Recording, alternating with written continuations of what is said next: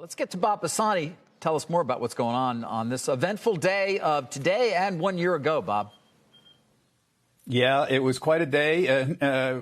One I'll never forget for sure. We were really panicked. I can remember that, the traders that I was speaking to. I think two things matter for trading today. Number one, Treasury's catching a bid. Second day in a row. That's very, very helpful for the market. But you notice we're not doing too much?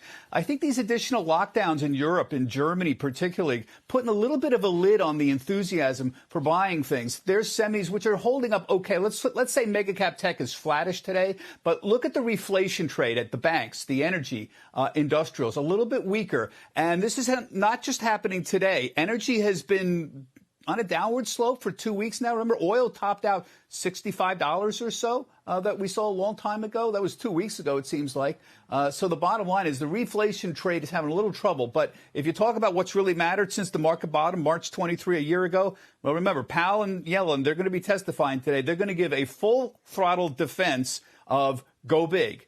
And what the market has learned from Go Big is that there's very clear beneficiaries. Number one is what we now call the reflation trade. What's that? It's small caps like the Russell 2000 and cyclicals like transports, materials, and energy names that have done really well. So there's the main beneficiary of the whole Go Big plan that Yellen represents and that Powell represents. The other obvious winner here is what's now called overall, could be called thematic tech. It's largely, I call it the rapid change trade. And it's basically bets on the idea that the COVID epidemic would be transformational in terms of how business is done in the United States. So the real big movers in the last year have been these clean energy names, these online retail, all Cathie Wood's ARC funds, the lithium battery, the 3D printing, anything that could perceive to be transformational is what the younger buyers have been interested in buying in, not only because they have the means of doing it through thematic ETFs,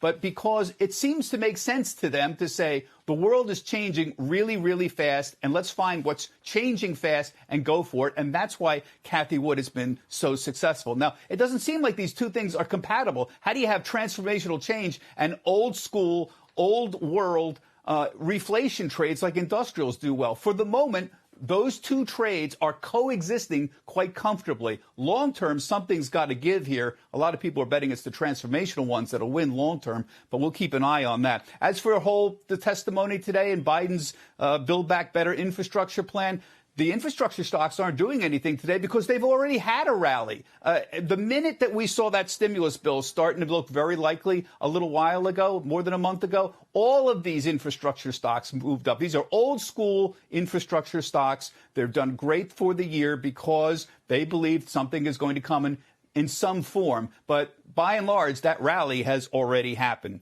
Finally, I just want to mention GameStop because it is earnings day, and they're going to have to say something about the price. The simple way to look at this is they reported earnings 1 year ago, their fourth quarter, and they basically only make money in the fourth quarter. They reported $1.27 a year ago. The stock price was $4. Today, they're estimating the numbers are going to be $1.35. There's only 6 analysts here, folks. So they're going to make 8 cents more than they made last year. The stock price is $194. This is the very simple way to understand the dilemma for the people over at GameStop. There's a lot of discussion that this would be a great time to announce a secondary. Indeed, it would. They leave themselves open to a lot of legal issues, however, and they're going to have to explain why they believe that the company's stock price is here, what is it worth, and if they issue a secondary, they're going to have to be a little more explanatory about what they feel the company is really worth and their prospects going ahead. So it's going to be very interesting at the end of the day here to hear what they have to say. They had some personnel changes again that were announced today, so we want to keep an eye on all that. It's going to be a very, very interesting day for the whole Reddit crowd. David, back to you. Yeah, great points, Bob. We've heard so little from GameStop, and of course we've talked often about the possibility of them trying to issue stock to raise much needed potentially capital, but those disclosure issues continue to be a gating issue, is from what I hear. But we'll watch it. And people bring up AMC and say, well, they did a secondary, but AMC went from $3 to $5, $6. This is not even in the same league as what AMC was doing. This is a big difference between $4 and $194. There certainly is. But of course, we've talked about Viacom this morning as well with that $3 billion. Bob, thank you. Shepard Smith here. Thanks for watching CNBC on YouTube.